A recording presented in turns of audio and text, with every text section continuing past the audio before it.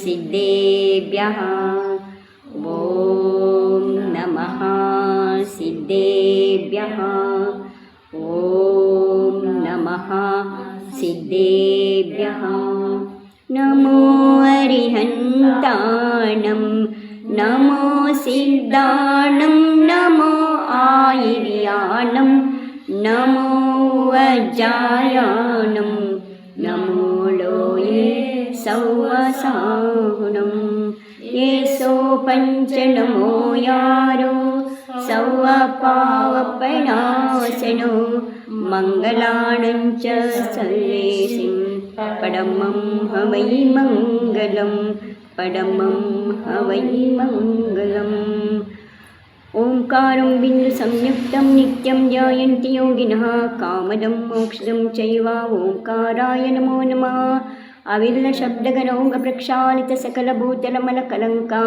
ಮುನಿಭಿರುಪಾಸಿತ ತೀರ್ಥ Saraswati ಹರತು no ದುರಿತಾ ಅಜ್ಞಾನತಿಮಿರಾಂಧಾನಾಂ ಜ್ಞಾನಾಂಜನಶಲಾಕಯಾ ಚಕ್ಷುರುನ್ಮೀಲಿತಂ ಯೇನ ತಸ್ಮೈ ಶ್ರೀ ಗುರುವೇ ನಮಃ ಶ್ರೀ ಪರಮಗುರುವೇ ನಮಃ ಪರಂಪರಾಚಾರ್ಯ ಗುರುವೇ ನಮಃ ಸಕಲ ಕಲುಷ ವಿಧ್ವಂಸಕಂ ಶ್ರೇಯಸಾಂ ಪರಿವರ್ಧಕಂ ಧರ್ಮ ಸಂಬಂಧಕಂ ಭವ್ಯ ಜೀವಮನ ಪ್ರತಿಬೋಧಕಾರಕಂ ಪುಣ್ಯ ಪ್ರಕಾಶಕಂ ಪಾಪ ಪ್ರಣಾಶಕಮಿದಂ ಶಾಸ್ತ್ರಂ ಶ್ರೀ ಪಾಂಡವ ಪುರಾಣ ನಾಮಧೇಯಂ ಅಸ್ಯ ಮೂಲಗ್ರಂಥಕರ್ತಾರः ಶ್ರೀ ಸರ್ವಜ್ಞದೇವಾः ತದುತ್ತರಗ್ರಂಥಕರ್ತಾರः ಶ್ರೀ ಗಣಧರದೇವಾः प्रतिगणधरदेवास्तेषां वचनानुसारमासाद्य आचार्य श्री शुभचन्द्रविरचितं श्रोतारः सावधानतया शृण्वन्तु मङ्गलं भगवान् वीरो मङ्गलं गौतमो गणे मङ्गलं कुन्दकुन्दाद्यो जैनधर्मोऽस्तु मङ्गलं सर्वमङ्गलमाङ्गल्यं सर्वकल्याणकारकं प्रदानं सर्वधर्माणां जैनं जयतु शासनं जैनं जयतु शासनं। जय पंच परमेश्वरी भगवान की जय, 24 तीर्थंकर भगवान की जय, आचार्य शुभचंद्र महाराज की परम पूज्य संत शिवनाचार्य गुरु श्री विद्यासागर जी महाराज की परम पूज्य आचार्य समय सागर जी महाराज की परम पूज्य निर्याप्त श्रमण नियम सागर जी महाराज की 3 करोड़ मुनि महाराजों की जय। अत श्री ऋषभो भाटी वसुधां मधुः सुधामयीं प्रकृर्वाणो नाधानीतिसमन्वितां सुनासीस्राज्ञया नृत्यं निर्मितुं नटपेटकैः नीलाञ्जसा समायासि जिह्वाग्रे सह सद्गुणा। ಹೀಗೆ ಆದಿನಾಥ ಭಗವಂತರಿಗೆ 84 ಲಕ್ಷ ಪೂರ್ವ ಆಯಸ್ಸಿತ್ತು.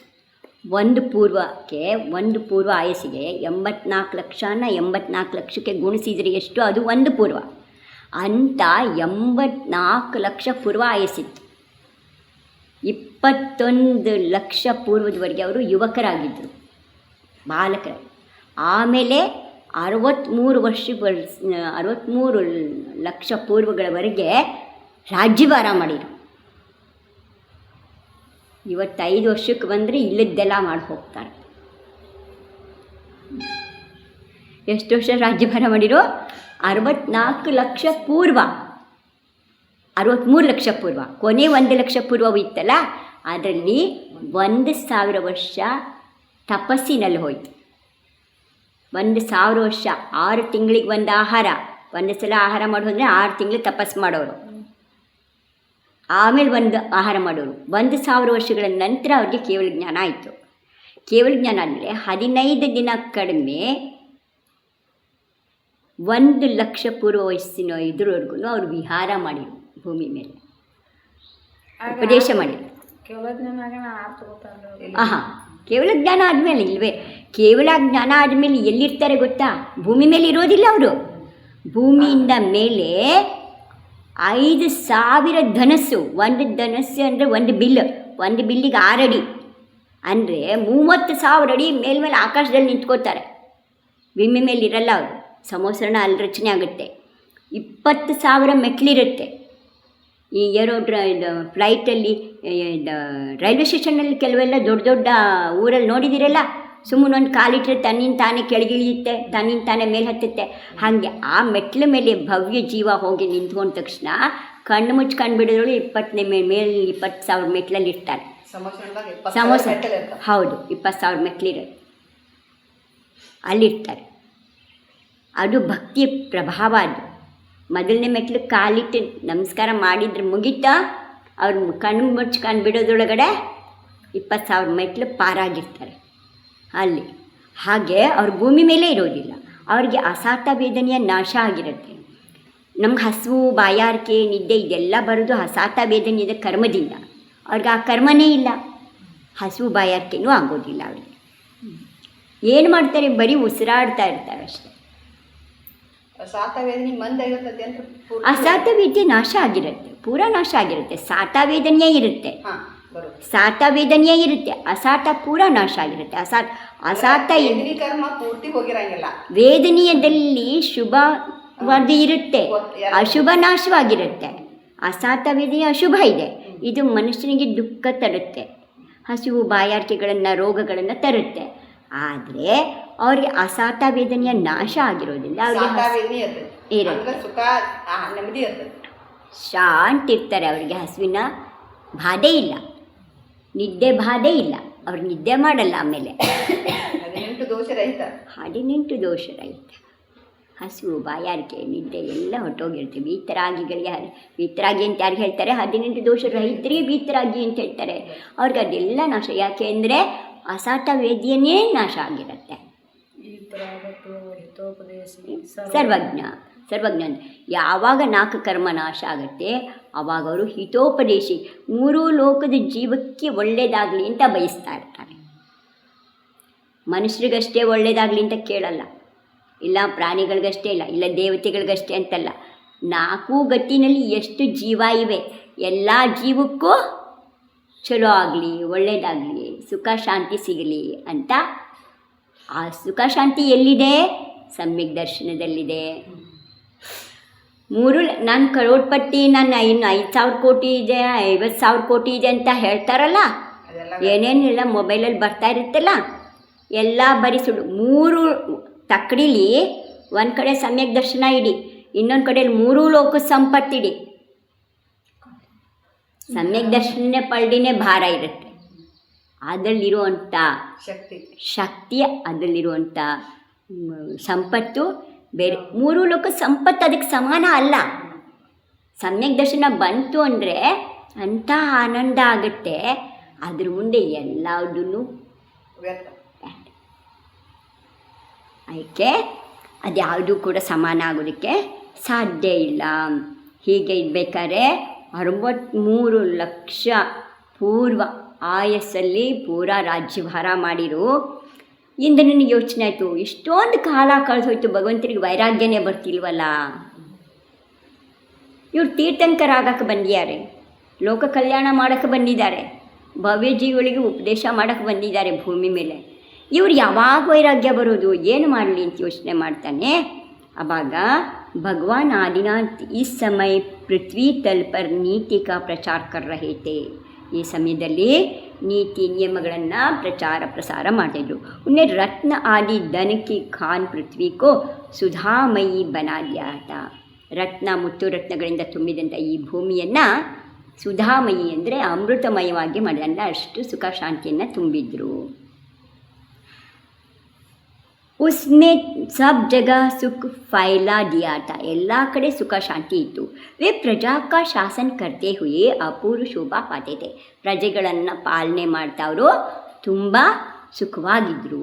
ಏಕ ಸಮಯ ಇಂದ್ರ ಕಿ ಆಜ್ಞಾ ಸೆ ಗಂಧರ್ವ ಸಹಿತ नीलांजना नाम की एक गुणवती अप्सरा आई और प्रभु के आगे नृत्य करने लगी. ಇಂದ್ರನ ಒಂದು ಸಮಯದಲ್ಲಿ ಏನಾಯಿತು, ಇಂದ್ರ ವಿಚಾರ ಮಾಡ್ದ. ಇದೆಲ್ಲ ಅಷ್ಟೆಲ್ಲ ವಿಚಾರ ಗೊತ್ತಿಲ್ಲ, ಮಹಾಪುರಾಣದಲ್ಲಿ ಅದೆಲ್ಲ ಬಹಳ ಇದಾಗಿ ಕೊಟ್ಟಿದ್ದಾರೆ. ಆವಾಗ ಅವನು ಇಂದ್ರ ಆಜ್ಞೆ ಮಾಡ್ತಾನೆ. ಆವಾಗ ಗಂಧರ್ವ ಅಂತ ಹೇಳ್ತಾರಲ್ಲ, ವೆಂತರ ದೇವತೆಗಳಲ್ಲಿ ಕಿನ್ನರ, ಕಿಂಪುರುಷ, ಮಹೌರಗ, ಗಂಧರ್ವ, ಯಕ್ಷ, ರಾಕ್ಷಸ, ಭೂತ, ಪಿಶಾಚ. ಈ ಗಂಧರ್ವ ಜಾತಿಯವರು ಹಾಡೋರು, ಕುಣಿಯೋರು. ಕಿನ್ನರರು ಕುಣಿತಾರೆ, ಗಂಧರ್ವರು ಹಾಡ್ತಾರೆ, ವಾದ್ಯ ಬಾರಿಸೋದು ಎಲ್ಲ ಮಾಡ್ತಾರೆ. ಆ ಜಾತಿ ಗಂಧರ್ವ ಸಹಿತರಾಗಿ ನೀಲಾಂಜನ ಅನ್ನುವಂತಹ ಗುಣವತಿಯಾದಂಥ ಅಪ್ಸರೆ, ದೇವಲೋಕದ ಸುಂದರಿ ದೇವಾಂಗನೆ ಭೂಮಿಗೆ ಬಂದಳು. ಎಲ್ಲಿಗೆ? ಆದಿನಾಥ ತೀರ್ಥಂಕರ ಅರಮನೆಗೆ. ಅವ್ರ ರಾಜ್ಯಸಭೆ ನಡೀತಿತ್ತು, ಆ ರಾಜ್ಯಸಭೆಗೆ ಬಂದರು. ಬಂದುಬಿಟ್ಟು ನೃತ್ಯ ಮಾಡಿ वह बड़ी चतुराई से हाव भाव दिखाती थी तथा बिजली की भांति चंचल थी. ಇವಾಗೆಲ್ಲ ಭರತನಾಟ್ಯ ಎಲ್ಲ ಹುಟ್ಟೋಯ್ತು ಬಿಡಿ. ಕಥಕ್, ಭರತನಾಟ್ಯ, ಭಾರತದ ಡ್ಯಾನ್ಸ್ಗಳೆಲ್ಲ ಇಲ್ಲವೇ ಇಲ್ಲ ಇವಾಗ. ವಿಚಿತ್ರವಾಗಿ ಬ್ರೇಕ್ ಡ್ಯಾನ್ಸ್ ಅಂತ ಇವಾಗ DJ ಹಾಕ್ಕೊಂಡು ಕುಣಿಯೋದಷ್ಟೇ. ಅದರಲ್ಲಿ ಮಿಂಚು ಹೇಗೆ ಹೊಳೆಯುತ್ತೆ ಹಾಗೆ ಅವಳು ತನ್ನ ಇದನ್ನು ತೋರಿಸ್ತಾವಳು. ನೃತ್ಯವನ್ನು ನೀಲಾಂಜನೆ ನೃತ್ಯ ಮಾಡಿದ್ಲು. ಕಬಿ ಆಕಾಶ ಮೇ ಜಾತಿ ಅವ್ರ ಕಬಿ ಪೃಥ್ವಿ ಪರ್. ಯಾವಾಗಲೂ ಆಕಾಶದಲ್ಲಿರ್ತಾಳೆ, ಯಾವಾಗಲೂ ಭೂಮಿ ಮೇಲಿರ್ತಾಳೆ. ಆತೀತಿ ಏಂ ಉಸ್ಮೆ ಬಹುತ್ ಸೆ ಗುಣತೆ. ಅಷ್ಟೇ ಅಲ್ಲ, ಅವರಲ್ಲಿ ಭಾಳ ಒಳ್ಳೊಳ್ಳೆ ಗುಣಗಳಿತ್ತು. वह वीणा और बांसुरी की विनोद से चंचल होती हुई ताल के अनुसार नृत्य करती थी. ವೀಣಾ, ಮೃದಂಗ, ತಾಯ್ದು, ಕೊಳಲು ಇವುಗಳ ಧ್ವನಿಗೆ ತಕ್ಕ ಹಾಗೆ ಅದು ಹೇಗೆ ಇದಾಗ್ತಿತ್ತು ಹಾಗೆ ಅವಳು ಕುಣಿತಾ ಇದ್ಲು. ಕಬಿ ಕಬಿ ಸುಂದರ್ ಆಲಾಪ ಬಿ ಲೇತೀತಿ. ಅವಳು ಕೂಡ ಹಾಡ್ತಾ ಇದ್ಲು ಜೊತೆಯಲ್ಲಿ. ಇಸ್ ಪ್ರಕಾರ ಇಸ್ ದೇವಾಂಗನಾ ಹುಯಿ ತಾಲ್ ಕೆ ಅನುಸಾರ ನೃತ್ಯ ಕರ್ತಿ ಥಿ और कभी कभी सुंदर आलाप भी लेती थी. इस प्रकार इस देवांगना ने खूब ही नाच किया. ಈ ರೀತಿ ಅವಳು ಬಹಳ ಸುಂದರವಾಗಿ ನೃತ್ಯವನ್ನು जिसको देखकर वहाँ बैठे हुए सभी सभासद चित्र में लिखे हो रहे गए. ಅನ್ನೋ ಆ ನೃತ್ಯ ನೋಡ್ತಾ ಇದ್ದವರು ಎಲ್ಲರೂ ಮನುಷ್ಯರು ಚಿತ್ರದಲ್ಲಿ ಬರೆದಿರೋ ಬೊಂಬೆಗಳೇನೋ ಅನ್ನೋಂಗೆ ಅವಳನ್ನೇ ನೋಡ್ಕೊಂಡು ಕೂತಿದ್ರು. ಚಿತ್ರದಲ್ಲಿರೋ ಬೊಂಬೆ ಏನಾರು ಅಲ್ಲಾಡುತ್ತೇನೋ ಹಾಗೆ ಅವ್ರು ಅಲ್ಲಾಡ್ತಿರ್ಲಿಲ್ಲ. ಯಾಕೆಂದ್ರೆ ಅವಳು ಅಷ್ಟು ಚೆನ್ನಾಗಿ ನೃತ್ಯ ಮಾಡ್ತಿದ್ಲು. ಅದನ್ನು ನೋಡ್ಕೊಂಡು ಗಪ್ಪ ಕುಂತು ಬಿಟ್ಟಿದ್ರು. उनकी एक ऐसी विचित्र हालत हो गई कि जिसका कहना वचनों से बाहर है. ಆ ಸಂದರ್ಭದಲ್ಲಿ ಆಗ ನೃತ್ಯ ಮಾಡ್ತಿರ್ಬೇಕಾದ್ರೆ ಒಂದು ಘಟನೆ ಘಟಿಸ್ತು. ಅದನ್ನು ಮಾತಿನಲ್ಲಿ ಹೇಳೋದು ಕಷ್ಟ. दैव योग से नृत्य करते करते उसी वक्त उस नीलांजना की मृत्यु पूरी हो गई. ಅವಳನ್ನು ಬೇಕಂತಲೇ ಆಯಸ್ಸು ಮುಗಿದವಳನ್ನ ಕಳಿಸಿರ್ತಾನೆ ಇವ್ರಿಗೆ ವೈರಾಗ್ಯ ಬರಲಿ ಅಂತ. और वह देखते ही देखते ही अदृश्य हो गई. ಅವ್ರು ನೋಡ್ತಾ ನಿಂತಿರುವಾಗಲೇ ಕರ್ಪೂರ ಹೆಂಗೆ ಕರ್ಗೋಗುತ್ತೆ ಹಾಗೆ ದೇವತೆಗಳ ಶರೀರ ಮಾಯ ಆಗಿಬಿಡುತ್ತೆ. ಅವ್ರ ಕರಿ ಶರೀರ ಕರಗೋಯ್ತು. और नाच भी उसी समय बंद हो गया जैसे जड़ों के उखड़ जाने पर वृक्ष हो जाता है. ಬೇರು ಇದಾಯಿತು ಅಂತಂದರೆ ಮರ ಹೆಂಗೆ ಬಿದ್ದು ಹೋಗುತ್ತೋ ಹಾಗೆ ಆಯಿತು. ಓದಿದ್ದು ಜಾಸ್ತಿ ಆಯಿತು. ನೃತ್ಯಂತಿ ಸಾ ಜಿನಸ್ಯಾಗ್ರೆ ಹಾವಭಾವ ವಿಚಕ್ಷಣ ಚಂಚಲ ಚಂಚಲೇವಾ ಭಾದ್ ಗಗನೆ ಗುಣಗುಂಟಿತ ವೀಣಾವಂಶ ವಿನೋದೇನ ತರಲ ತಾಲಲಾಸ್ಯಗ ಕಾಕಾಲೀಕಲಾನಾಸಕ್ತ ನನರ್ತ ಲೇಖನರ್ತಕಿ तदा सभ्या शुभाकार्हां नटन्ति तां निरीक्ष्य च चित्रिता इव सम्भेजुः कामवस्थां वचोतिगां तत्क्षणे क्षणदेवासीद् दृग्दया सायुषः क्षये लास्यं विलयमापन्नं वृक्षवन्मूलसंशये ज्ञात्वा जिनेश्वरस्तास्या विपत्तिं विपधातिगः निर्वेदं मेदयन् दिव्यं विवेदा जगतस्थितिम् आजवं जवजीवानां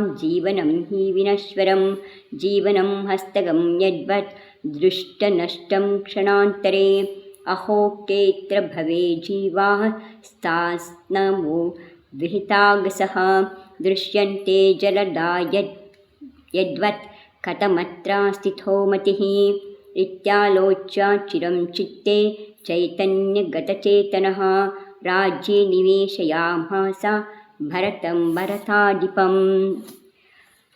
ಅವನು ಬೇಕು ಅಂತಲೇ ಆಯಸ್ಸು ಮುಗ್ದಿರೋಳನ್ನು ಕಳಿಸಿದ್ದ ಅವ್ರಿಗೂ ವೈರಾಗ್ಯ ಬರಲಿ ಅಂಥೇಳಿ. ಯಾರಿಗೂ ಗೊತ್ತಾಗೋದಿಲ್ಲ. ಆದರೆ ಆದಿನಾಥರ ಕಣ್ಣಿಗೆ ಅವಧಿ ಜ್ಞಾನ ಇದ್ದಂಥವ್ರವರು ಮತ್ತು ಶುದ್ಧಾವಧಿ 3 ಜ್ಞಾನಧಾರಿ ಇದ್ದರವರು ಅವ್ರ ಕಣ್ಣಿಗೆ ಅದಕ್ಕೆ ಕಾಣಿಸ್ತು. ಆದರೆ ಇಂದ್ರ ಅವಳಂತೆ ಇರೋ ಇನ್ನೊಬ್ಬಳನ್ನ ಅಲ್ಲಿ ಅದನ್ನ ಬೇಗ ಕಳಿಸಿ ಆ ನೃತ್ಯ ನಡೆಸ್ತಿದ್ದ. ಆದರೆ ಇವ್ರ ಮನಸ್ಸಿನಲ್ಲಿ ಆದಿನಾಥರಿಗೆ ಅದು ಕಂಡು ಬಿಟ್ಟಿತ್ತು. ಅವಳು ಮಾಯ ಆದಳು, ಆ ಜಾಗದಲ್ಲಿ ಬೇರೆಯವಳು ಬಂದಳು, ಎಲ್ಲ ಗೊತ್ತಾಯ್ತು ಅವ್ರಿಗೆ. ಅವರು ವಿಚಾರ ಮಾಡಿ ಉಸ್ಕಿ ಮರಣಕ್ಕೂ ಅವ್ರ ಸಭಾಸದತ್ತೋ ನಾ ಜಾನಪಾಯ, ಅವಳ ಮರಣವನ್ನು ಬೇರೆ ಜನಗಳಿಗೆ ಗೊತ್ತಾಗಲಿಲ್ಲ. ಪರ್ ಪ್ರಭು ಜಾನ್ಗಯೇ, ಆದಿನಾಥ್ ಪ್ರಭುಗಳಿಗೆ ಗೊತ್ತಾಯಿತು. इसके बाद विपत्ति रहित निर्भय परिणामी प्रभु संसार से विरक्त होकर उसकी स्थिति पर योग विचार करने लगे. ಆಮೇಲೆ ಆ ಮೃತ್ಯುವನ್ನು ನೋಡಿ ಅವ್ರಿಗೆ ವೈರಾಗ್ಯ ಬರುತ್ತೆ, ಅವ್ರು ವಿಚಾರ ಮಾಡ್ತಾರೆ. संसारी जीवों का जीवन चुल्लू के जल की भांति धीरे धीरे बिखर जाने वाला है. ಬಹಳ ಖುಷಿ ಪಡ್ತೀವಿ, ನಂಗೆ 1 ವರ್ಷ ಆಯಿತು, ನನ್ನ ಮಗುಗೆ ಮೊಮ್ಮಗಂಗೆ 3 ವರ್ಷ ಆಯಿತು, ನಾನು ಸ್ಕೂಲಿಗೆ ಸೇರಿಸ್ಬಿಟ್ಟೆ, ಅವನಾಗಲೇ 10ನೇ ನಿಯತ್ತೆಗೆ ಬಂದ, ಕಾಲೇಜಿಗೆ ಸೇರಿಸಿದೆ ಅಂತ. ಆದರೆ ಪ್ರತಿ ಕ್ಷಣ ಆಯು ನಾಶ ಆಗ್ತಾ ಇದೆ, ಪ್ರತಿ ಕ್ಷಣ ಆಯು ಕಡಿಮೆ ಆಗ್ತಾ ಇದೆ. ಹುಟ್ಟಿದಾಗಿಂದ ಆಯುಷ್ ಕಡಿಮೆ ಆಗೋದಕ್ಕೆ ಜಾರೋದಕ್ಕೆ ಪ್ರಾರಂಭ ಆಗಿರುತ್ತೆ. ಅದನ್ನು ಹೇಳ್ತಿದ್ರೆ ನಿಧಾನವಾಗಿ ಧೀರೆ ಬಿಕ್ಕರ್ ಜಾನೇವಾಲ ಹೇ, ಆಯಸ್ಸು ಅನ್ನೋದು ಕಳೆದು ಹೋಗುತ್ತೆ. ಚುಲ್ಲು ಕೈಯಲ್ಲಿ ಬೊಕ್ಸೆಯಲ್ಲಿರೋ ನೀರು ಹೆಂಗೆ ಸೋರು ಹೋಗುತ್ತೋ ಹಾಗೆ ಇರುವಂಥ ಆಯಸ್ಸು ಕೂಡ ದಿನ ದಿನ ಕಳೆದು ಹೋಗುತ್ತೆ. ಫಿರ್ ಆಶ್ಚರ್ಯ ಕಿ ಮೇಘೋं की तरह विला जाने वाले इस जीवन पर पाप कर्म के आधीन हो ये जीव क्यों नित्यता का विश्वास करता है. ಆದ್ರೂ ಈ ಜೀವ ಮೇಘಗಳು ಹಿಂಗೆ ಮೋಡ ಬಂದಿರುತ್ತೆ, ಒಂದು 10 ನಿಮಿಷ ಇರುತ್ತೆ, ಆ ಮೋಡ ಇಲ್ಲೇ ಹೋಗ್ತಿದೆ ಹಿಂಗೆ ನೋಡ್ತಾ ಇದ್ದಂಗೆ ಅದು ಮಾಯನೇ ಆಗಿಬಿಡುತ್ತೆ. ಹಾಗೆ ಈ ಜೀವನವೂ ಕೂಡ ಕಳೆದು ಹೋಗುತ್ತೆ. ಆದರೂ ಈ ಜೀವನದ ಮೇಲೆ ಈ ಮೂರ್ಖ ಮನುಷ್ಯ ಕರ್ಮವಶನಾಗಿ ಯಾಕೆ ವಿಶ್ವಾಸ ಮಾಡ್ತಾನೆ. और हमेशा उसकी अपनी संपत्ति समझकर संसार समुद्र में गोते लगाया करते. ಅದನ್ನೇ ತನ್ನ ಜೀವನನೇ ತನ್ನ ಸಂಪತ್ತು ಅಂತ ತಿಳ್ಕೊಂಡು ಸಂಸಾರದಲ್ಲಿ मुड़कता इतने. इस प्रकार सोच विचार कर आत्मा का अनुभव करने वाले उन प्रभु ने भरत को बुला उन्हें भारतवर्ष का राज दिया. ಈ ರೀತಿ ಯೋಚನೆ ಮಾಡ್ತಿದ್ದಂತಹ ಆದಿಪ್ರಭು ಏನು ಮಾಡಿರೋ, ಭರತನ್ನು ಕರೆದು ಭಾರತವನ್ನು ಅವರಿಗೆ ಕೊಟ್ಟರು. ಭಲಿ ಬಾಹುಬಲಿ ಕೋ ಮನೋರಮ್ ಪೌದನಾಪುರ ಕಾ ರಾಜ್ಪಾಟ್ ಸಂಭಾಲಾಯ. ಇವತ್ತೇನು ಪಾಕಿಸ್ತಾನ ಇದೆಯಲ್ಲ, ಅದು ಒಂದು ಕಾಲದಲ್ಲಿ ಪಾಕಿಸ್ತಾನ ಅಫ್ಘಾನಿಸ್ತಾನ ಪೂರ ಸೇರಿ ಪೌದನಾಪುರ ಆಗಿತ್ತು. ಪೌದನಾಪುರವನ್ನು ಬಾಹುಬಲಿ और पुत्रों को और देशों का अधिपति बना आप निश्चिंत हो गए. ಎಲ್ಲರಿಗೂ ಎಲ್ಲ ಮಕ್ಕಳುಗಳಿಗೂ 101 ಜನ ಮಕ್ಕಳಿದ್ದರು. ಬಾಹುಬಲಿಗೆ ಪೌದನಾಪುರವನ್ನು ಕೊಟ್ಟರು, ಭರತನಿಗೆ ಭಾರತ ಕ್ಷೇತ್ರವನ್ನು ಕೊಟ್ಟರು, ಅದು ಭಾರತ ದೇಶವನ್ನು ಕೊಟ್ಟರು, ಮಿಕ್ಕವ್ರಿಗೆಲ್ಲ ರಾಜ್ಯಗಳನ್ನು ಹಂಚಿರು. ಬಾಹುಬಲಿ ಭಗವಾನ್ರ ಮೋಕ್ಷಕ್ಕೂ ಅದದ್ದು ಪೌದನ್ಪುರ ಅಂತಾರು. ಹೌದು, ಪೌದನ್ಪುರ ಈಗಿನ ಎಂಥದ್ದಂತ ಪೇಶಾವರ್ ಅಂತೇನೋ ಇದು ಹೇಳ್ತಾರೆ, ಅಲ್ಲೆಲ್ಲೋ ಇದೆಯಂತೆ. ಇವಾಗ ಅದೆಲ್ಲ ಜಾಗ ಉಳಿದಿಲ್ಲ ಅಂತ ಹೇಳ್ತಾರೆ. ಹೇಗೆ ನಮ್ಮ ಆಯಸ್ಸು ಕಡಿಮೆ ಆಗ್ತಾ ಬಂತು, ಹಾಗೆ ಈ ಭೂಮಿನೂ ಚಿಕ್ಕದಾಗ್ತಾ ಬರ್ತಿದೆ ಅಂತ ಹೇಳ್ತಾರೆ. ಅವರ ಆಯಸ್ಸು, ಅವರ ಎತ್ತರ ಎಲ್ಲ ದೊಡ್ಡದಿತ್ತು ಹಿಂದಿನವ್ರದ್ದು. ಅದು ಹೆಂಗೆ ಕಡಿಮೆ ಆಗ್ತಾ ಬಂತು, ಹಾಗೆ ಭೂಮಿನೂ ಚಿಕ್ಕದಾಗಿದೆ, ಸಮುದ್ರ ಮೇಲೆ ಬಂದಿದೆ, ಭೂಮಿ ಕಡಿಮೆ ಆಗಿದೆ ಅಂತ ಹೇಳ್ತಾರೆ. ಅದರಿಂದ ಇದಾಗಿದೆ.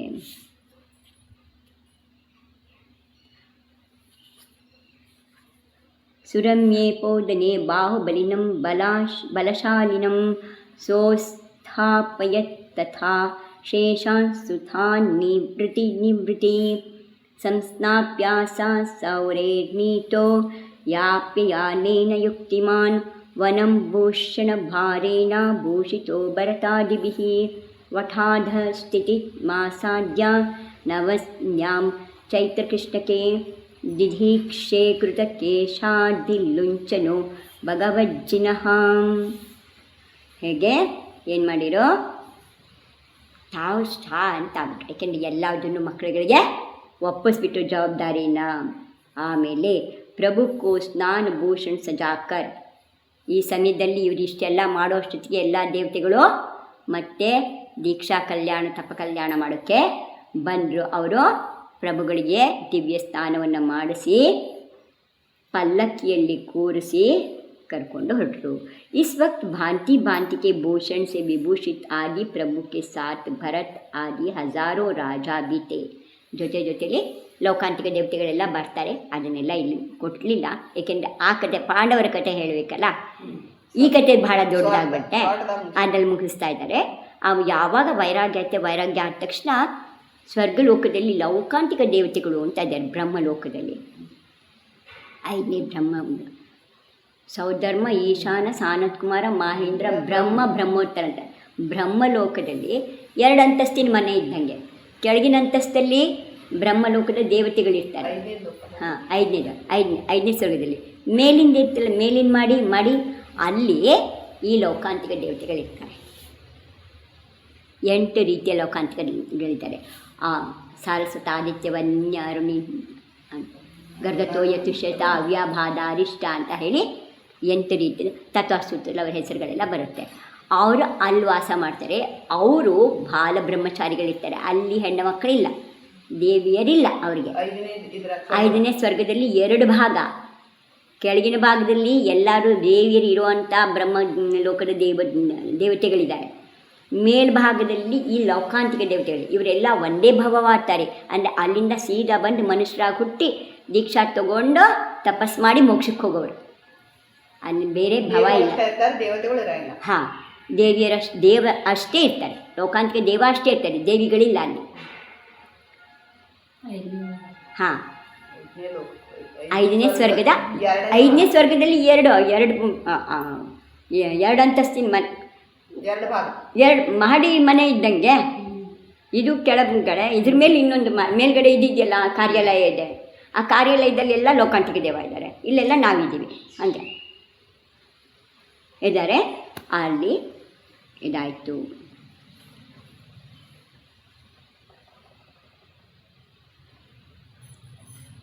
ಅವರು ಬಂದು ಅವರಿಗೆ ನೀವು ಭಾಳ ಒಳ್ಳೆ ಸದಾ ದ್ವಾದಶಾನ ಪ್ರೇಕ್ಷ ಭಾವನೆ ಮಾಡ್ತಾ ಇರ್ತಾರಂಥವ್ರು. ಬೇರೇನೇನು ಕೆಲಸ ಇಲ್ಲ ಅವರಿಗೆ. ಏನು ಮಾಡ್ತಿರ್ತಾರೆ? ಸದಾ ದ್ವಾದಶಾನು ಪ್ರೇಕ್ಷೆ, 12 ಅನುಪ್ರೇಕ್ಷೆ, 12 ಭಾವನೆಗಳನ್ನು ಸದಾ ಭಾವಿಸ್ತಾ ದ್ವಾದಶಾಂಗದ ಸ್ವಾಧ್ಯಾಯವನ್ನು ಮಾಡ್ತಾ ಸಮಯವನ್ನು ಕಳೀತಾರೆ. ಎಷ್ಟು ಚೆನ್ನಾಗಿರುತ್ತೆ ದೇವತೆಗಳು. ಆದರೆ ನಾವೆಲ್ಲ ಹೋಗೋಕ್ಕಾಗಲ್ಲ. ಬಾಲಬ್ರಹ್ಮಚಾರಿ ಮುನಿಗಳಿರ್ತಾರಲ್ಲ, ಶುದ್ಧ ಆಚರಣೆ ಮಾಡುವಂಥ ಬಾಲಬ್ರಹ್ಮಚಾರಿ ಸಮ್ಯಕ್ ದೃಷ್ಟಿ ಮುನಿಗಳು, ಅವರಿಗೆ ಮಾತ್ರ ಅಲ್ಲಿ ಹೋಗೋಕ್ಕಾಗತ್ತೆ. ನಾವೆಲ್ಲ ಹೋಗೋಕ್ಕಲ್ಲ. ನಾವು ಬರೀ ಬಾಯಿ ಬಿಟ್ಕೊಂಡು ನೋಡೋದಷ್ಟೇ. ಅದನ್ನ ಇದಂತೆ ಇದಾದಮೇಲೆ ದೇವತೆಗಳೆಲ್ಲ ಬರ್ತಾರೆ. ಅವ್ರ ಲೋಕಾಂತಿಕ ದೇವತೆಗಳು ಬಂದು ಅವರ ವೈರಾಗ್ಯವನ್ನು ಹೊಗಳಿ, ಭಾಳ ಒಳ್ಳೆ ವಿಚಾರ ಮಾಡಿದ್ದೀರಾ, ಲೋಕ ಉಪಕಾರ ಆಗುವಂಥ ಕೆಲಸ ಮಾಡಿದ್ದೀರಾ ತಾವು ಅಂತ ಹೇಳಿ ಅವರನ್ನು ಹೊಗಳಿ ಅವರ ವೈರಾಗ್ಯವನ್ನು ಪ್ರಶಂಸೆ ಮಾಡಿ ವಾಪಸ್ ಹೊರಟೋಗ್ತಾರೆ. ಅದಾದಮೇಲೆ ಎಲ್ಲ ದೇವತೆಗಳು ಬಂದು ಅವರನ್ನು इस वक्त भांति भांति के भूषणों से विभूषित आदि प्रभु के साथ साथ भरत आदि हजारों राजा भी थे. ಸಾವಿರಾರು ಜನ ಭರತ, ಬಾಹುಬಲಿ ಆದಿ ಎಲ್ಲ ಮಕ್ಕಳ ಜೊತೆಯಲ್ಲಿ. ಅವನ ಮಕ್ಕಳೇ 103 ಜನ, ಅವನ ಹೆಂಡತಿರು 105 ಜನ, ಅವ್ರ ಫ್ಯಾಮಿಲಿ. ಆಮೇಲೆ ಅವ್ರ ಮೊಮ್ಮಕ್ಕಳು ಎಷ್ಟು ಜನ ಇದ್ದರು? 60,000 ಜನ ಮಕ್ಕಳಿದ್ದಾರಂತೆ ಅವನಿಗೆ, ಭರತನಿಗೆ. 60,000 ಜನ 60,000 ಮೊಮ್ಮಕ್ಕಳು, 96,000 ಜನ ಸೊಸೆಯರು. ಅವ್ರು ಯಾರೋ ಬರೀ ಭರತಂಗೆ, ಇನ್ನು ಮಿಕ್ಕವ್ರಿಗೂ ಇದ್ದರಲ್ಲ. ಬಾಹುಬಲಿಗೆ ಇಬ್ಬರು ಹೆಂಡತಿರ 8,000 ಜನ ಇರ್ತಾರೆ ಅವ್ರಿಗೆ. ಮುಖ್ಯ ಕತೆ 8,000, ಕಾಮದೇವನಿಗೆ 8,000 ಜನ. ಅಲ್ಲಿಗೆಷ್ಟು 1,00,000ಕ್ಕೂ ಜಾಸ್ತಿ ಅವನ ಸೊಸೆಯರು. ಅವನ ಕುಟುಂಬನೇ ಅಷ್ಟು ದೊಡ್ಡದು. ಚಕ್ರವರ್ತಿಗಳಿಗೆ 96,000 ಜನ ರಾಣಿಯರು. ಅರ್ಧ ಚಕ್ರಿ ಇವನಿರ್ತಾನಲ್ಲ, ಪ್ರತಿನಾರಾಯಣ ಇರ್ತಾನಲ್ಲ, ಅವನಿಗೆ 18,000 ರಾಣಿಯರು. ನಾರಾಯಣನಿಗೆ 16,000 ರಾಣಿಯರು. ಬಲರಾಮ್ಗೆ 9,000 ರಾಣಿಯರು. ಕಾಮದೇವರಿಗೆ 8,000 ರಾಣಿಯರು.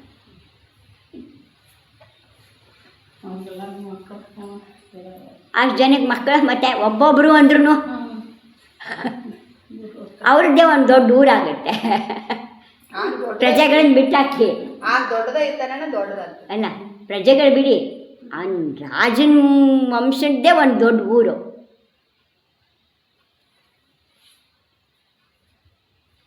जंगल में जा प्रभु उन्होंने वहाँ एक वड के वृक्ष के नीचे, वट वृक्ष ಅಂದರೆ ಆಲದ ಮರದ ಕೆಳಗಡೆ विराजमान हो गए, ಕುಳಿತುಕೊಂಡ್ರು. इसके बाद प्रभु ने केशवों आदि क्रियाओं को करके चैतवदी नवमी, ಚೈತ್ಯ ಕೃಷ್ಣ ನವಮಿಯ ದಿನ ಜೈನೇಶ್ವರಿ ದೀಕ್ಷೆಯನ್ನು ತಗೊಂಡ್ರು.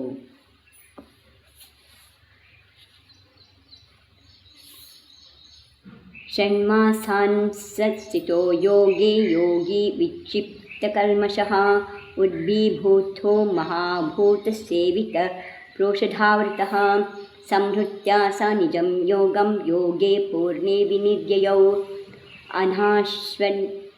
अनाश्वान्विश्वसन्दृश्यो विश्वलोकनमस्कृतः ज्ञानस्यापि विधिं लोका अजानानाः कथञ्चन दृष्ट्वा तं हर्षिणश्चक्रुर्जिनः पादनमस्कृतिं विहरन्तं परं ज्येष्ठं धृङ्गे धृङ्गे च निवृत्ति गृहे गृहे क्रमेणाशूढा ऊढा तथान्वत् जनास्तं माजिनं वर्यं दन्तिनं दशनोन्नतं कन्यान्मन्नं च वसनं मणिमुक्ताफलं फलं भूषणं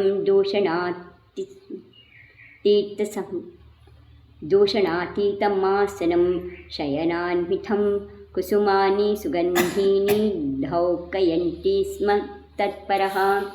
ಇದಾದಮೇಲೆ इसके बाद उन निष्पाप प्रभु ने, ಆ ನಿಷ್ಪಾಪರಾದಂಥ ಪಾಪರಹಿತರಾದಂತಹ ಪ್ರಭುಗಳು 6 महीने के लिए योग धारण किया. ನಾವು ಬೆಳಗ್ಗೆ ಉಣ್ಣಿರ್ತೀವಿ, ಸಂಜೆವರೆಗೂ ಉಣ್ಣಲ್ಲ ಅಂತ ನಿಯಮ ತಗೊಳಕ್ಕಾಗಲ್ಲ ನಮಗೆ. ತಗೊಳ್ಳಲ್ಲ. ಸಂಜೆ ಉಂಡಿರ್ತೀವಿ, ಬೆಳಗ್ಗೆವರೆಗೂ ಏನು ತಿನ್ನೋದಿದೆ, ಬೆಳಗ್ಗೆವರೆಗೂ ತ್ಯಾಗ ಅಂತ ಹೇಳೋಕ್ಕಾಗಲ್ಲ ನಮ್ಮ ಕೈಲಿ. ಮರ್ತು ಬಿಡು. ಎಲ್ಲರೂ ಅಲ್ಲ,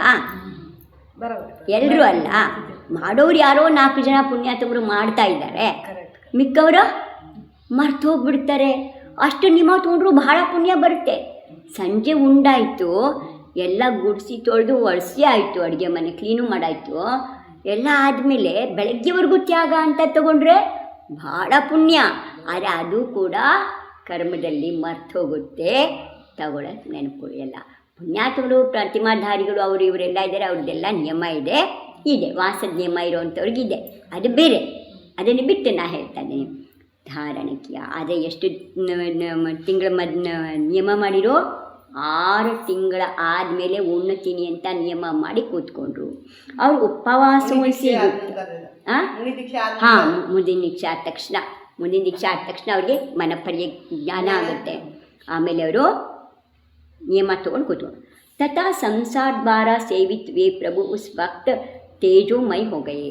ಆ ತಪಸ್ಸಿನ ಮನಪರ್ಯಜ್ಞಾನ ಬೇರೆ ಬಂತು. ಮನಪರಿಜ್ಞಾನ ಅದ್ರ ಜೊತೆಯಲ್ಲಿ ಬಹಳ ರಿದ್ಧಿ ಸಿದ್ಧಿಯೆಲ್ಲ ಅದಾದ ತಕ್ಷಣ ಅವರು ತೇಜೋಪುಂಜ ಅಂದರೆ ಒಳ್ಳೆ ಪ್ರಕಾಶ ಪುಂಜರ ಹಾಗೆ ಆಗಿಬಿಟ್ರು ಆ ಶಕ್ತಿಯಿಂದ. ಉನ್ಕ ತೇಜ್ ಸಬೋರ್ ಫೈಲ್, ಅವರ ತೇಜಸ್ಸು ಎಲ್ಲ ಕಡೆ ಹೇಳ್ತು. ಭಗವಾನ್ ತೇಜ್ಗೆ ಪುಂಜ ಅವ್ರ ಸಂಸಾರಕ್ಕೆ ದರ್ಶನೀಯತೆ, ಅವರು ತೇಜಪುಂಜವಾಗಿದ್ದರು ಮತ್ತು ಲೋಕದಲ್ಲಿ ದರ್ಶನ ಮಾಡೋಕ್ಕೆ ಯೋಗ್ಯರಾಗಿದ್ದರು. ಜಬ್ ಯೋಗ ಕಾ ಸಮಯ ಸಮಾಪ್ತವ, 6 ತಿಂಗಳು ಕಳೀತು. तब प्रभु ने वहाँ से चलकर बहुत से देशों में नगर में घर घर विहार किया. ದೇಶ ಅದೇ ಮುಂದೆ ಬರ್ತಿದೆ, ಹೇಳ್ತಾ ಇದ್ದೀನಿ. ನಗರಗಳಲ್ಲಿ ಮನೆಗೆ ಅಲೆದ್ರು. ಜैसे एक तारागण के पास चंद्रमा विहार करता है. ಹೇಗೆ ಇದು ಚಂದ್ರ ಹುಟ್ಟಿದರೆ ಎಲ್ಲ ತಾರೆಗಳ ಹತ್ರ ಒಂದೊಂದಾಗಿ ಎಲ್ಲ ಕಡೆಯೂ ಹೋಗ್ತಾ ಇದೆಯೇನೋ ಅನ್ನೋ ಹಾಗೆ ವಿಹಾರ ಮಾಡಿರು. ಪರಂತು ಕಭಿ ಭಿ ಪಾರಣ ಕರ್ನೆ ಕಾ ಯೋಗ ನಾ ಮಿಲ, ಆದರೆ ಯಾವತ್ತೂ ಅವರಿಗೆ ಪಾರಣ ಸಿಗಲಿಲ್ಲ. ಮಿಲೆ ಕಹಾ ಸೆ, ಎಲ್ಲಿಂದ ಸಿಗಬೇಕು? ಉಸ್ ವಕ್ತ್ ಸಾರೇ ಸಂಸಾರ ಮೇ ಕೋಯಿ ಆಹಾರ ದೇನೆ ಕಿ ವಿಧಿ ಹಿ ನಾ ಜಾನ್ತಾ ಇರ್ತಾ. ಅವತ್ತು ಮೊದಲು ದೀಕ್ಷಾ ತಗೊಳಕ್ಕೆ ಮುಂಚೆ ಪ್ರಭುಗಳು ಯಾವುದೇ ಉಪದೇಶ ಕೊಟ್ಟಿರಲಿಲ್ಲ. ಎಲ್ಲರೂ ಭೋಗಭೂಮಿಯಿಂದ ಬಂದಿದ್ದರು, ಯಾರಿಗೂ ಆಹಾರ ಕೊಡೋ ಪದ್ಧತಿ ಗೊತ್ತಿಲ್ಲ. ಹೆಂಗೆ ಕೊಡ್ತಾರೆ? ಆಹಾರ ಹೆಂಗೆ ಕೊಡಬೇಕು ಅಂತ ಗೊತ್ತಾಗಬೇಕಲ್ಲ. जहाँ जहाँ प्रभु जाते थे वहाँ वहाँ के लोग हर्षित के भरे दौड़ दौड़ कर उनके पैरों पर पड़ जाते थे. ओढ़ ओढ़ बंद और ಕಾಲಿ ಬಿದ್ದು ನಮಸ್ಕಾರ ಮಾಡ್ತಿದ್ರು. कोई लोग प्रभु को भेंट करने के लिए ಅವ್ರಿಗೆ ಮೊದಲೆಲ್ಲ ಕಾಣಿಕೆ ಕೊಡ್ತಿದ್ರು. ರಾಜ ಆಗಿದ್ದಾಗ ಕಪ್ಪ ಕಾಣಿಕೆ ಕೊಡ್ತಾರಲ್ಲ, ಹಾಗೆ ಈಗಲೂ ಅವ್ರಿಗೆ ಉಡುಗೊರೆ ಕೊಡೋಕ್ಕೆ ಬರ್ತೀವಿ. ಉತ್ತಮ ಉತ್ತಮ ಚೀಸ್, ಗೋಡ, ಹಾತಿ, ರತ್ನ ವಗೈರ, ಆನೆ, ಕುದುರೆ, ರತ್ನ, ಮುತ್ತು, ಕನ್ಯೇರು, ಅನ್ನ, ವಸ್ತ್ರ ಏನೇನೋ ತಗೊಳ್ಳಿ ಅಂತ ಅವ್ರೇನು ಕೈಯಲ್ಲಿ ಮುಟ್ಟು ತಗೊಳ್ಳಲ್ಲ. ವಿಧಿ ಬೇಕು. ವಿಧಿ ಯಾರಿಗೂ ಗೊತ್ತಿಲ್ಲ. प्रभु के आगे आते थे एवं कोई निर्दोष भूषण आसन शयन सुगंधित पुष्प लाकर उनके सम्मुख रखते थे. ಸಿಂಹಾಸನ ತಂದಿಡ್ತಿದ್ರು, ಮಂಚ ತಂದಿಡ್ತಿದ್ರು, ಕುರ್ಚಿ ತಂದಿಡ್ತಿದ್ರು, ಹೂವಿನ ಹಾರ ತಂದಿಡ್ತಿದ್ರು, ಏನೇನೋ ತಂದಿರ್ತಿದ್ರು, ಒಡವೆ ಬಂಗಾರದ್ದು ಎಲ್ಲ ತಂದಿ. इस तरह प्रभु ने मौन धरकर ईर्या पर शुद्धि से 6 महीने तक विहार किया. 6 ತಿಂಗಳಾದರಂತೆ. पर कहीं भी उन्हें आहार का योग न मिला. ಎಲ್ಲೂ ಕೂಡ ಅವರಿಗೆ ಆಹಾರದ ಯೋಗ ಸಿಗಲಿಲ್ಲ. इसके बाद वे विहार करते हस्तिनापुर आए. ಹೀಗೆ ವಿಹಾರ ಮಾಡ್ತಾ ಮಾಡ್ತಾ ಮಾಡ್ತಾ ಎಲ್ಲಿಗೆ ಬಂದರು? ಹಸ್ತಿನಾಪುರಕ್ಕೆ ಬಂದರು. ಹಸ್ತಿನಾಪುರಕ್ಕೆ ರಾಜ ಶ್ರೇಯಾಂಸ್ थे. ಯಾರು ರಾಜ ಇದ್ದ ಅಲ್ಲಿ? ಶ್ರೇಯಾಂಸ. वे बड़े भाग्यशाली थे, ಬಹಳ ಭಾಗ್ಯಶಾಲಿ. रात का समय था, ರಾತ್ರಿ ಸಮಯ ಆಗಿತ್ತು. वे निश्चंक हो शैया पर सुख से सोए हुए थे. ಯಾವುದೇ ಚಿಂತೆ ಇಲ್ಲದೆ ಆರಾಮಾಗಿ ನಿದ್ದೆ ಮಾಡ್ತಿದ್ದ. उस वक्त उन्होंने सपने में सुमेरु पर्वत, ಕಲ್ಪವೃಕ್ಷ, ಚಾಂದ್, ಸೂರಜ್ ತಥಾ ಗಹರಾ ಸಮುದ್ರ ದೇಖ. ಕನಸಿನಲ್ಲಿ ಸುಮೇರು ಪರ್ವತವನ್ನು ನೋಡ್ದ, ಕಲ್ಪವೃಕ್ಷವನ್ನು ನೋಡ್ದ, ಚಾಂದ್ ಚಂದ್ರನ ನೋಡ್ದ, ಸೂರ್ಯನ ನೋಡ್ದ, ಹಾಗೂ ವಿಶಾಲವಾದ ಸಮುದ್ರವನ್ನು ಕನಸಿನಲ್ಲಿ ನೋಡ್ದ. ಸ್ವಪ್ನ देखने के बाद वे जागे. ಅವನಿಗೆ ಎಚ್ಚರ ಆಯಿತು. और उन्होंने सब सपनों का जैसा का तैसा सोमप्रभ महाराज की कह सुनाया. सोमप्रभ ಇವನ ಅಣ್ಣ ಇದ್ದ, ಹೋಗಿ ಅವನಿಗೆ ಹೇಳ್ದ. सोमप्रभ ने उत्तर में कहा कि सुमेर को देखने से ऊंचा, कल्पवृक्ष को देखने से उसी के समान धाता, चंद्रमा के देखने से उसके समान ही संसार को शांति देने वाला, सूरज को देखने से प्रतापी एवं समुद्र को देखने से संसार समुद्र से पार जाने वाला कोई महान पुरुष नियम से आज अपने घर आएगा ಅಂತ ಹೇಳ್ದ. ಏನು ಹೇಳ್ತೀಯಾನೆ ಸೋಮಪ್ರಭ? ಏನು ಹೇಳ್ತೇನೆ? ಸುಮೇರು ಪರ್ವತ ನೋಡಿದ್ರಿಂದ ಬಹಳ ಉನ್ನತವಾದಂಥವ್ರು, ಕಲ್ಪವೃಕ್ಷವನ್ನು ನೋಡಿದ್ರಿಂದ ಕಲ್ಪವೃಕ್ಷದ ಹಾಗೆ ಧಾನಿಯಾದವರು. ಕಲ್ಪವೃಕ್ಷ ಎಲ್ಲ ಕೇಳಿದ್ದನ್ನು ಕೊಡುತ್ತೆ, ಹಾಗೆ ದಾನ ಕೊಡುವಂಥರು. ಚಂದ್ರನನ್ನು ನೋಡಿದ್ರಿಂದ ಆ ಚಂದ್ರ ಹೇಗೆ ಶಾಂತಿಯನ್ನು ಕೊಡ್ತಾನೋ, ಸುಖವನ್ನು ಕೊಡ್ತಾನೋ, ಆ ರೀತಿ ಸುಖ ಶಾಂತಿಯನ್ನು ನೀಡುವಂಥವನು. ಸೂರ್ಯನನ್ನು ನೋಡಿದ್ರಿಂದ ಮಹಾಪ್ರತಾಪಿಯಾದಂಥ. ಸಮುದ್ರವನ್ನು ನೋಡಿದ ಸಮುದ್ರದಿಂದ ಸಂಸಾರ ಅನ್ನೋ ಸಮುದ್ರವನ್ನು ಪಾರಾಗೋದಕ್ಕೆ ಯೋಗ್ಯರ ಅಂತ ಯಾರೋ ಮಹಾನ್ ಪುರುಷರು ನಾಳೆ ನಮ್ಮ ಮನೆಗೆ ಬರ್ತಾರೆ. इसके बाद दोपहर के समय सचमुच ही प्रभु उनके घर आ पहुँचे. ಅದರ ಮಾರನೇ ದಿನ ಬೆಳಗ್ಗೆ ಅವರು ಆಹಾರಕ್ಕೆ ಪ್ರತೀಕ್ಷೆ ಮಾಡ್ತಾ ಇದ್ದರು, ದ್ವಾರ ಪ್ರತೀಕ್ಷೆ. ಅವತ್ತು ಭಗವಂತರು ಬಂದರು.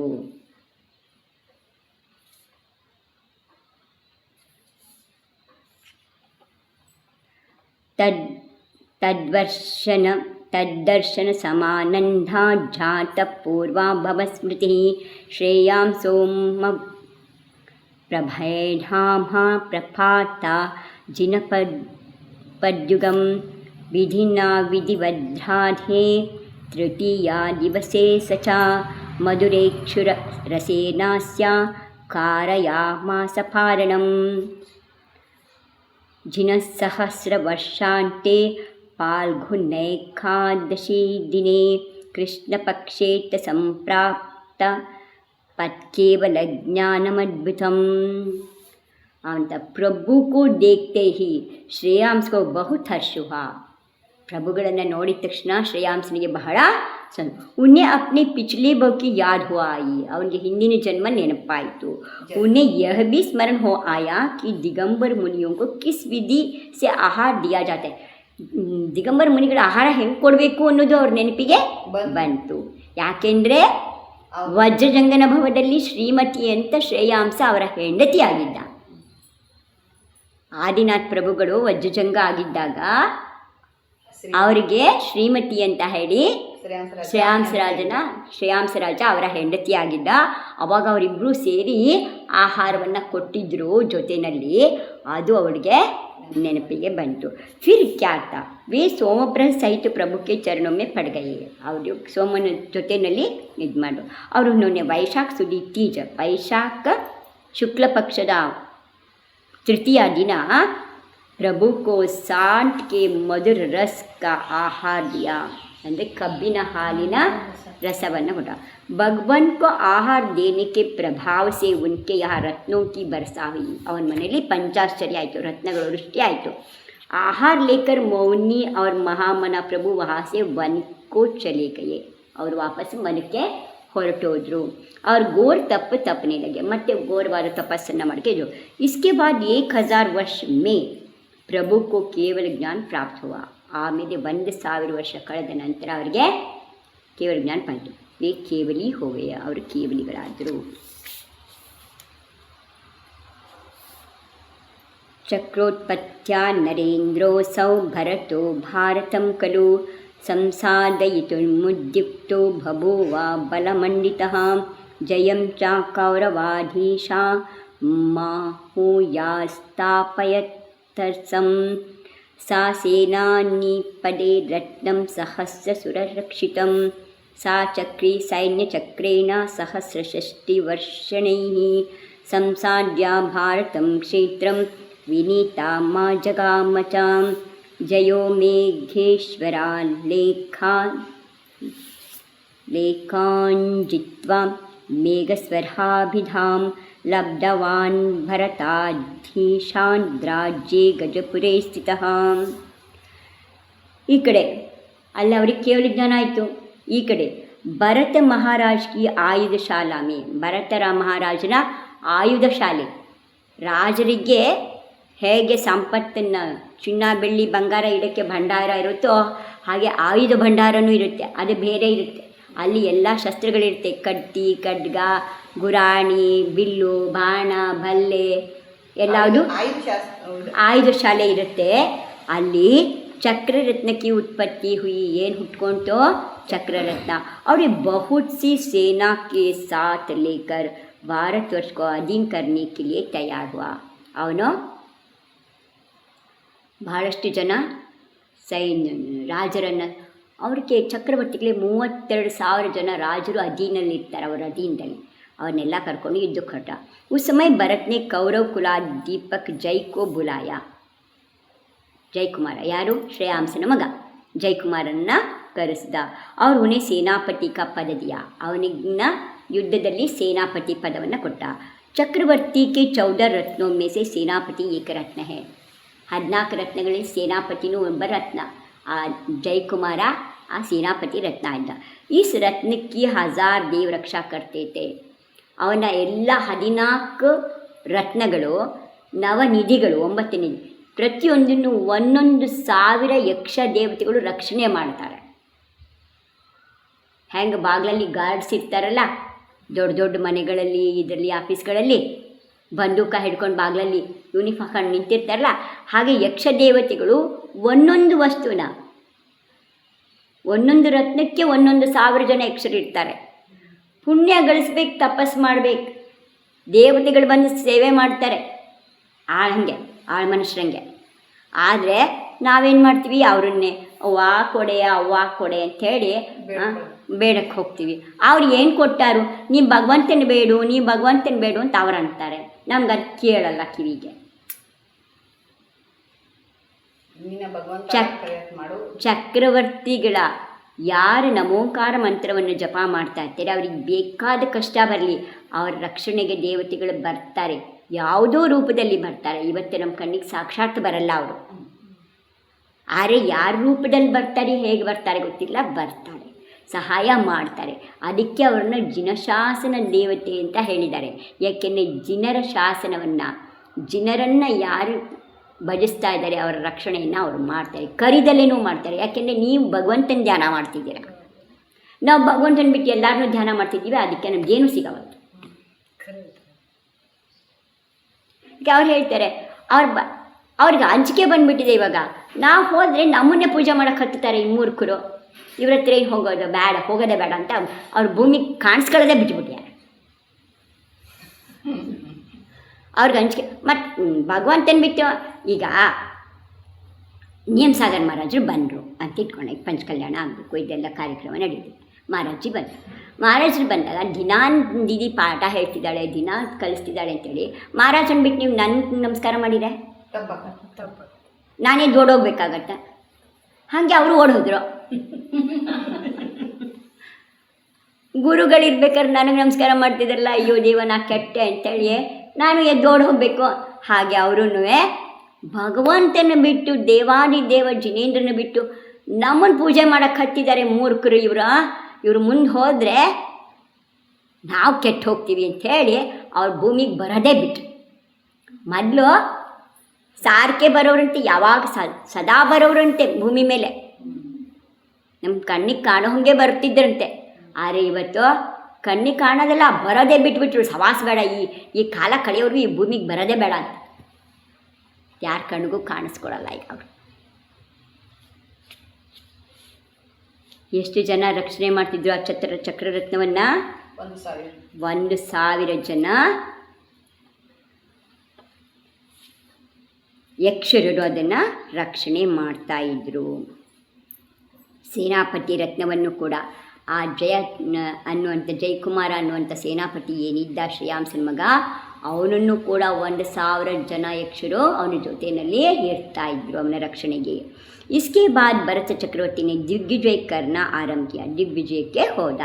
और 60,000 वर्ष में 60,000 ವರ್ಷದಲ್ಲಿ सारे ಭರತ ಕ್ಷೇತ್ರವು अपने अधीन कर लिया. ಪೂರಾ ಭರತ ಕ್ಷೇತ್ರವನ್ನು ತನ್ನ ಅಧೀನಕ್ಕೆ ತಗೊಳ್ಳೋಕ್ಕೆ ಎಷ್ಟು ಸಮಯ ಆಯಿತು? 60,000 ವರ್ಷಗಳಾಯಿತು. एवं दिग्विजय का अंत होने पर वे वापस अयोध्या नगरी में आ पहुँचे. ಮತ್ತು ವಾಪಸ್ अयोध्या नगरಕ್ಕೆ ಬಂದರು. सेनापति जय ने मेघेश्वर देवताओं को बड़ी बहादुरी से जीता था. ಮೇಘೇಶ್ವರ ಅನ್ನುವಂಥ ದೇವತೆಗಳನ್ನು ಬಹಳ ಇದರಿಂದ ಗೆದ್ದಿದ್ದ. जिससे प्रसन्न होकर चक्रवर्ती ने उनका नाम मेघेश्वर रख दिया. जय कुमारನಿಗೆ ಮೇಘೇಶ್ವರ ಅಂತ ಹೆಸರಿಟ್ಟ. इसके बाद जय अपने राज्य गजपुर में आए. ಗಜಪುರ ಅಂತ ಯಾರಿಗೆ ಹೇಳ್ತಾರೆ? ಹಸ್ತಿನಾಪುರ ಇದೆಯಲ್ಲ, ಹಸ್ತಿ ಅಂದರೆ ಆನೆ, ಗಜ ಅಂದರೆ ಆನೆ, ಗಜಪುರ ಅಂದ್ರೂ ಹಸ್ತಿನಾಪುರ, ಹಸ್ತಿನಾಪುರ ಅಂದರೆ ಗಜಪುರ. ಅಲ್ಲಿಗೆ ಬಂದ. ಅವ್ರು ವಹಾ ಅಮನ್ ಚೈನ್ ಸೆ ರಹನೆಗೆ, ಅವನಲ್ಲಿ ಸಂತೋಷದಿಂದ ಕಾಲ. ಉನ್ ಮೇಘೇಶ್ವರ್ ಜೈ ಕಿ ಜೈ ಹೋ. ಆ ಮೇಘೇಶ್ವರನಿಗೆ ಜಯವಾಗಬೇಕೆಂದರೆ ಅವನು ಕೂಡ ಆದೀಶ್ವರರ ಗಣಧರರಾಗಿ ಮೋಕ್ಷವನ್ನು ಪಡ್ಕೊಂಡಿದ್ದಾರೆ. ಜೋ ಶುದ್ಧ ಮನ ಹೇ. ಸೋಮ ಇವ್ರ ರಾಜನ ಮಗ ಸೋಮ ಮತ್ತು ಶ್ರೇಯಾಂಸ ಇಬ್ರು ಅಣ್ಣ ತಮ್ಮಂದರು. ಅವರನ್ನು ಕುರುಕ್ಷೇತ್ರದ ಅವನ ಶ್ರೇಯಾಂಸನ ಮಗ ಜಯಕುಮಾರ. ಶ್ರೇಯಾಂಸನ ಮಗ ಜಯಕುಮಾರ. ಹಾಂ, ಆ ಜಯಕುಮಾರನಿಗೆ ಮೇಘೇಶ್ವರ ಅಂತ ಹೆಸರಿಟ್ಟ ಅವನು. ಏಕೆಂದರೆ ಮೇಘೇಶ್ವರ ಅನ್ನುವಂಥ ಒಬ್ಬ ದೇವನನ್ನು ಇವನು ಗೆದ್ದಿದ್ದ, ಜಯಿಸಿದ್ದ, ಅದಕ್ಕೆ ಇದ್ದ.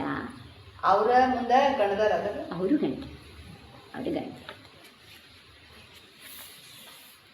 ಮೇಘೇಶ್ವರ ಶುದ್ಧ ಮನ ಮನೋಹರೋ ಜಿಹಾನ್ ಮಹಾಶತ್ರುಜಯೇ ಕೃತೋದ್ಯಮ ನಿತ್ಯ ನಿರಸ್ತ ದುರಿತೋ ಜಯ ನಾಮಧೇಯ ಸಚ್ಚಕ್ರವರ್ತಿರ್ಹೃದಯಾಂಬುಚ್ಚ ಸಪ್ತಸಪ್ತಿಃ ಜಿತ್ವಾ ಮೇಘಾಸುರಾನ್ ಸುರೇಂದ್ರ ಸಮರ್ಥಾಂ ವಂಚೇ ಸಾಮಯೋತ್ತಮಃ ಹತ್ವಾ ವೈರಿಗಣಾನ್ ಗುಣೇನ ಸುಗುಣಿ ದೀಪ್ಯಂಜಯಾಖ್ಯೋಜಯಿ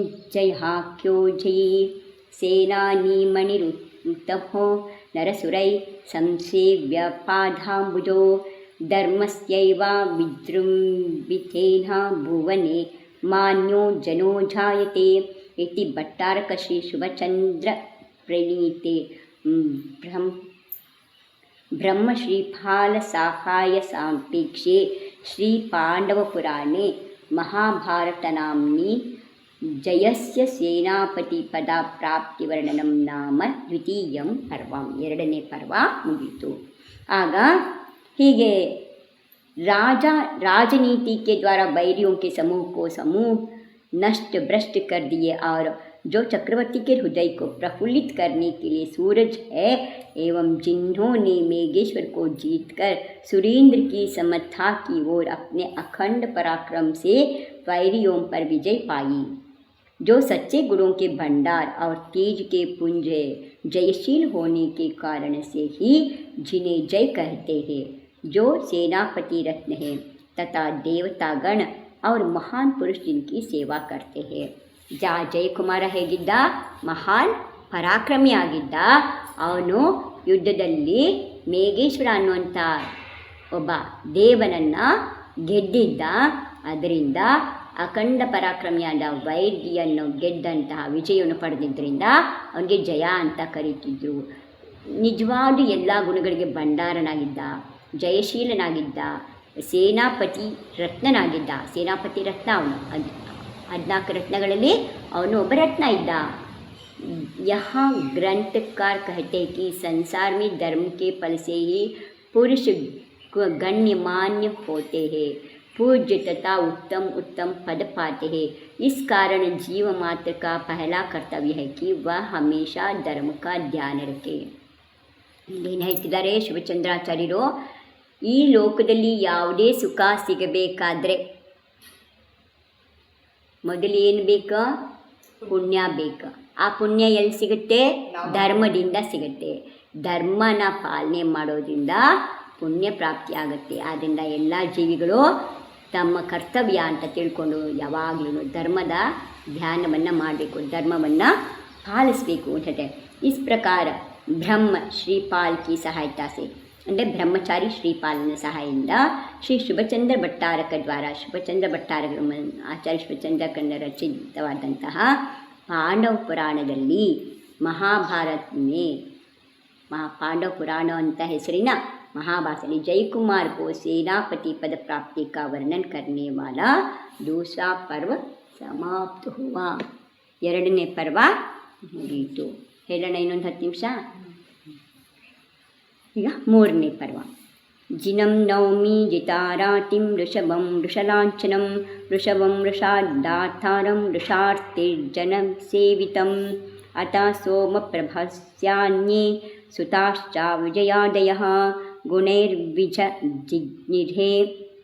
रम्याश्चतुर्दश मनुपमाः तै पञ्चदशभिः पुत्रैरेजे राजासुराजबत् अन्यदाकाय भोगेषु विरक्तो भूद्विषाम्पतिः विभज्य राज्यं संयोज्य दुर्गे शौर्योर्जिते जये गत्वा सा वृषभस्यान्ते दीक्षित्वा मोक्षमन्मभूत्.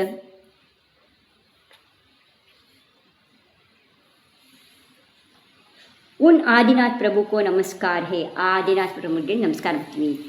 जो बैल के चिन्ह से युक्त ಅವರು ಚಿಹ್ನೆ ಬೈಲ್ ಎತ್ತಾಗಿದೆ. ಧರ್ಮಮಯೋರ್ ಧರ್ಮಕ್ಕೆ ದಾತಾ है. ಧರ್ಮಮಯರಾಗಿದ್ದಾರೆ ಮತ್ತು ಧರ್ಮವನ್ನು ಧರ್ಮೋಪದೇಶ ನೀಡುವಂತಾರೆ. ಧರ್ಮಕ್ಕೆ ಅರ್ತಿ ಪುರುಷ ಜಿನ್ಕಿ ಸೇವಾ ಕರ್ತೆ. ಧರ್ಮವನ್ನು ಬೇಕು ಅಂತ ಬಯಸೋ ಧರ್ಮಾರ್ಥವನ್ನು ಬಯಸುವಂಥವರು ಅವರ ಸೇವೆಯನ್ನು ಮಾಡ್ತಾರೆ, ಅಂದರೆ ಅವರ ಪೂಜೆಯನ್ನು ಮಾಡ್ತಾರೆ. ಅವರು ಜೋ ವೈರಿಯೋಂ ಪರ್ ವಿಜಯ್ ಲಾಭ ಕರ್ ಚುಕೆ. ಮತ್ತು ಅವರು ವೈರಿಗಳನ್ನು ಗೆದ್ದಿದ್ದಾರೆ. ಸೇನಾಪತಿ ಜೈ ಕೆ ಸಿವಾ ಸೋಮಪ್ರಭ ಮಹಾರಾಜ್ ಕೆ ವಿಜಯ್ ಆದಿ ಸೋಮನ ಮಗ, ಶ್ರೇಯಾಂಸನ ಮಗ ಅಲ್ಲ, ಸೋಮನ ಮಗ. ನಾನು ತಪ್ಪು ಹೇಳಿದೆ, ಕ್ಷಮ. ಸೋಮನ ಮಗ ಜಯ ಅಲ್ದಲೇ ಅವನಿಗೆ ವಿಜಯ ಅಂತ ಆಜ್ಞೆ. 14 ಪುತ್ರ ಅವ್ರತೆ, ಇನ್ನೂ 14 ಜನ ಪುತ್ರ. ಜಯಕುಮಾರನ ಜೊತೆಗೆ ಸೋಮನಿಗೆ ಇನ್ನೂ 14 ಜನ ಪುತ್ರರಿದ್ದರು. ವೇ ಸಬ್ಕೆ ಸಬ್ ಗುಣಕ್ಕೆ ಭಂಡಾರ. ಅವ್ರ ಮನೋಹರ ರೂಪ ಆಯಿತು. ಅವರೆಲ್ಲರೂ ಭಾಳ ಸುಂದರವಾಗಿದ್ದರು ಮತ್ತು ಗುಣಗಳ ಭಂಡಾರ. ವೇ ಐಸೆ ಜಾನ್ ಪಡ್ತೈತೆ ಮನೋ 14 ಕುಲಕರ್ಗಿ ಹೇ. 14 ಜನ ಕುಲಕರ್ರೇ ಅವನ ಮನೆಯಲ್ಲಿ ಹುಟ್ಟಿದಾರೇನೋ ಅನ್ನೋ ಹಾಗಿದ್ದರು. ಅಷ್ಟು ಸುಂದರವಾಗಿದ್ದರು, ಅಷ್ಟು ವೀರರು ಧೀರರು ಗುಣಿ ಆಗಿದ್ದರು. इन 15 पुत्रों के द्वारा श्रीमान सोमप्रभ महाराज इंद्र जैसे सुशोभित. ಆ 15 ಜನ ಮಕ್ಕಳ ಜೊತೆಯಲ್ಲಿ ಸೋಮಪ್ರಭ ಇಂದ್ರನ ಹಾಗೆ ಇದ್ದ. एक समय किसी निमित्त को पाकर वे संसार भोग आदि से विरत हो गए.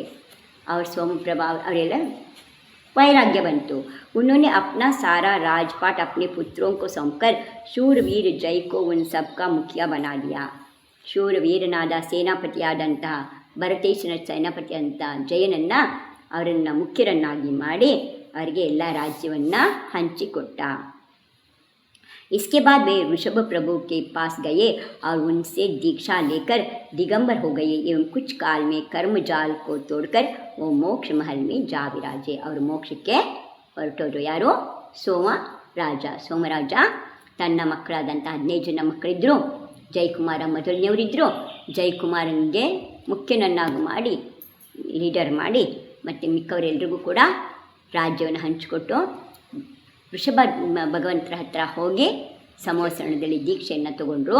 ತಪಸ್ಸನ್ನು ಮಾಡಿ ಮೋಕ್ಷವನ್ನು ಕೂಡ ಪಡ್ಕೊಂಡ್ರು. ನೃಪತ್ವಂ ಶ್ರೇಯಸಾ ಸಾರ್ಧಂ ಮನ್ಮಭೂತ್ಸ ಯಥಾ ಪುರಾ ಏಕದಾ ಸಾ ವಿಹಾರಾರ್ಥಂ ಬಾಹ್ಯೋದ್ಯಾನಂ ಗತೋ ವನಂ ಘನಂ ತತ್ರಾಸೀನಂ ಮುನಿಂ ಲೋಕ್ಯಂ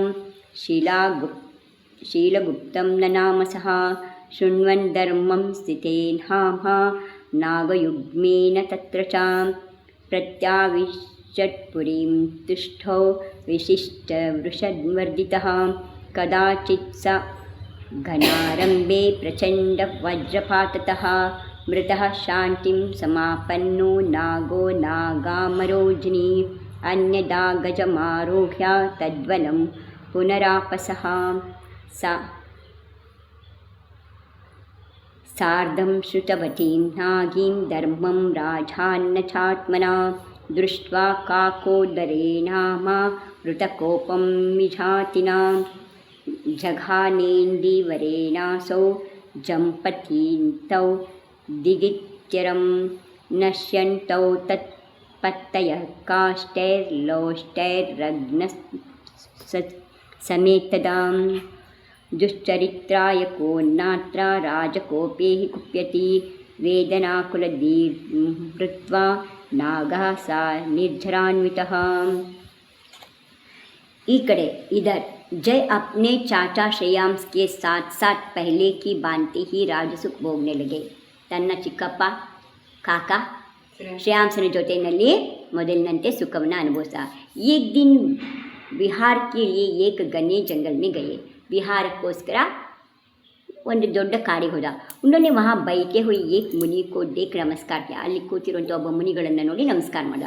मुनि का नाम शीलगुप्त। ಆ ಮುನಿಗಳ ಹೆಸರು शीलगुप्त ಅಂತ ಇತ್ತು। जय ने एक नाग और नागिनी के साथ साथ उनसे धर्म का उपदेश सुना। ಅವನು ಪಕ್ಕದಲ್ಲಿ ಒಂದು ನಾಗನಾಗಿನಿನೋ ಬಂದು ಕೂತ್ಕೊಂಡಿದ್ದು ಆ ನಾಗನಾಗಿನಿ ಜೊತೆಯಲ್ಲಿ ಧರ್ಮೋಪದೇಶವನ್ನು ಕೇಳಿದ। धर्म को सुनकर उनका चित्त बहुत संतोष, ಅವನಿಗೆ ಬಹಳ ಸಂತೋಷ ಆಯಿತು। इसके बाद वे नगर को चले गए। ಅವನು ವಾಪಸ್ ನಗರಕ್ಕೆ ಹೊರಟ।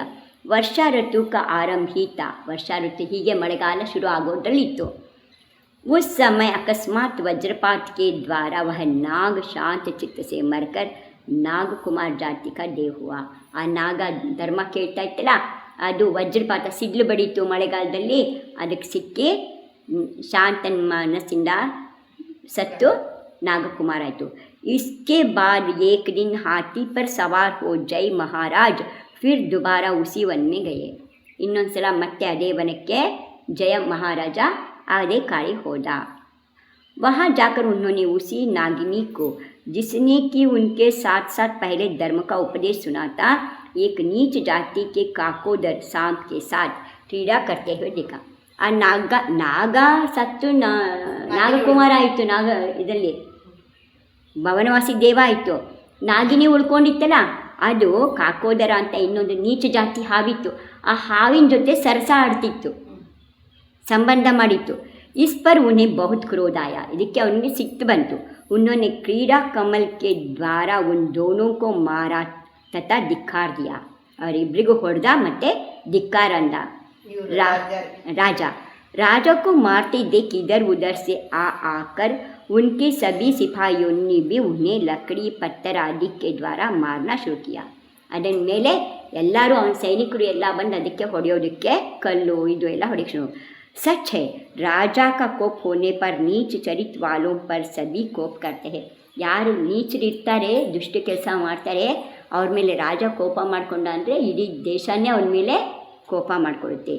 ಕೋಯಿ ಭಿ ಉನ್ಕಿ ತಾರೀಫ್ ನಹಿ ಕರ್ತಾ, ಯಾರೂ ಅದನ್ನ ಹೊಗಳೋದಿಲ್ಲ. मार से काकोदर बहुत ही व्याकुल हुआ और निजरा सहित मरकर गंगा नदी में काली नाम की जल देवता हुआ.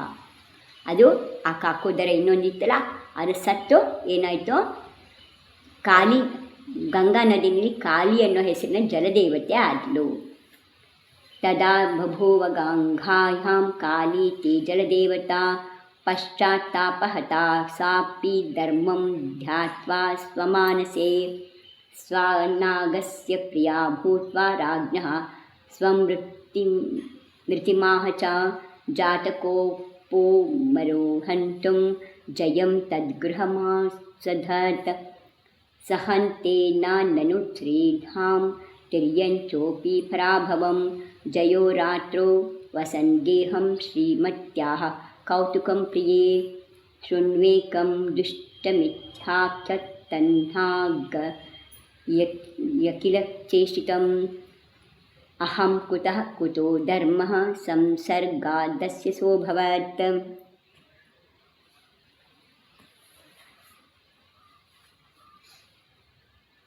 ವ್ಯಾಕುಲ ಅಂದರೆ ಎಲ್ಲರೂ ಹೊಡೆದಾಗ, ಕಲ್ಲು ಸಿಕ್ಕಿದ್ರಲ್ಲಿ ಹೊಡೆದಾಗ ನೋವಾಗುತ್ತಲ್ಲ, ದುಃಖ ಆಗುತ್ತಲ್ಲ, ಆ ದುಃಖದಿಂದ निर्जा सरित मरकर गंगा नदी में काली नाम की जलदेवता हुआ, जलदेवता देवाಯಿತು. और वह नागिनी भी, ಆ ನಾಗಿನಿ ಕೂಡ ಪಶ್ಚಾತ್ತಿ ಹುಯಿ, ಅದಕ್ಕೆ ಪಶ್ಚಾತ್ತಾಪ ಆಯಿತು. ಹೌದಲ್ವಾ, ನಾನು ನಾಗನ ಪತ್ನಿಯಾಗಿದ್ದೆ, ಎಂಥ ಸಂಬಂಧ ಮಾಡಿದೆ ನಾನು, ನೀಚ ಕೆಲಸ ಮಾಡಿದ್ನಲ್ಲ ಅಂತ ಪಶ್ಚಾತ್ತಾಪದಿಂದ ಸತ್ತು मन में धर्म का चिंतन करती हुई मरी. तನ್ನ ಮನಸ್ಸಿನಲ್ಲಿ ಧರ್ಮದ ಚಿಂತನೆಯನ್ನು ಮಾಡ್ತಾ ಸಾಯಿತು. अपने नाग के, ತನ್ನ ನಾಗ नागकुमार ಆಗಿದ್ನಲ್ಲ ಜೋಗಿ, नागकुमार देव हुआ था, उसकी प्रिया हुई, ಅವನಿಗೆ ಮತ್ತೆ ಪತ್ನಿ ಆದಳು नागकुमारನಿಗೆ.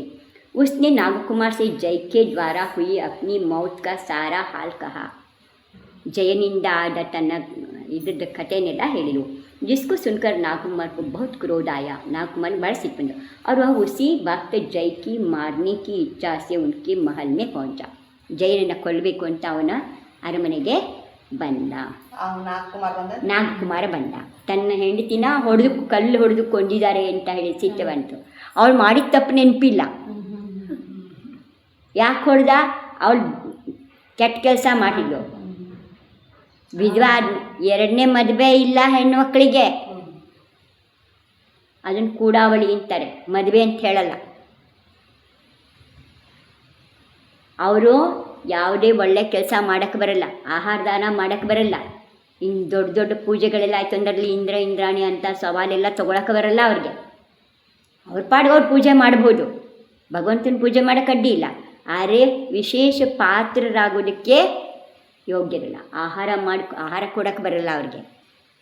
ಎರಡನೇ ಮದುವೆ ಆದವ್ರಿಗೆ ಇವತ್ತು ಡೈವರ್ಸ್ ಆಗಿ ಬಂದವ್ರಿಗೆ ಇನ್ನೊಂದು ಮದುವೆ ಮಾಡಿ ಕಳಿಸ್ತಾರೆ.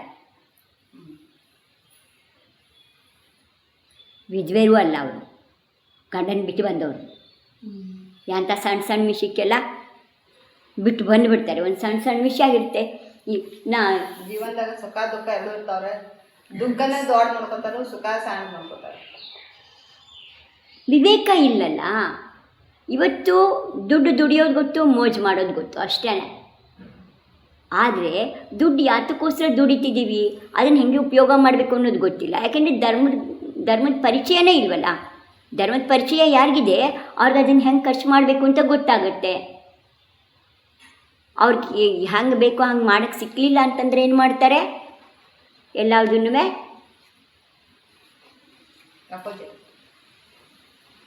ತಪ್ಪಾಗಿ ತಿಳ್ಕೊತಾರೆ. ಕೊಟ್ಟರೊಳ್ಳೆಯವರು, ಕೊಡ್ದಿದ್ರು ಕೆಟ್ಟವರು. ಕೊಟ್ಟರೊಳ್ಳೆಯವರು, ಕೊಡ್ದಿದ್ರು ಕೊಟ್ಟವರು. ಕೊಡಲಿಲ್ಲ ಅಂದಾಗ ನೀನು ಬಿಟ್ಟು ಹೋಗ್ತೀನಿ. ಗಂಡಾದರೂ ಅದನ್ನೇ ಮಾಡ್ತೀನಿ, ಹೆಣ್ಣಾದರೂ ಅದನ್ನೇ ಮಾಡ್ತಿದ್ದಾಳೆ. ಅದರಿಂದ ಏನು ಪ್ರಯೋಜನ ಇಲ್ಲ.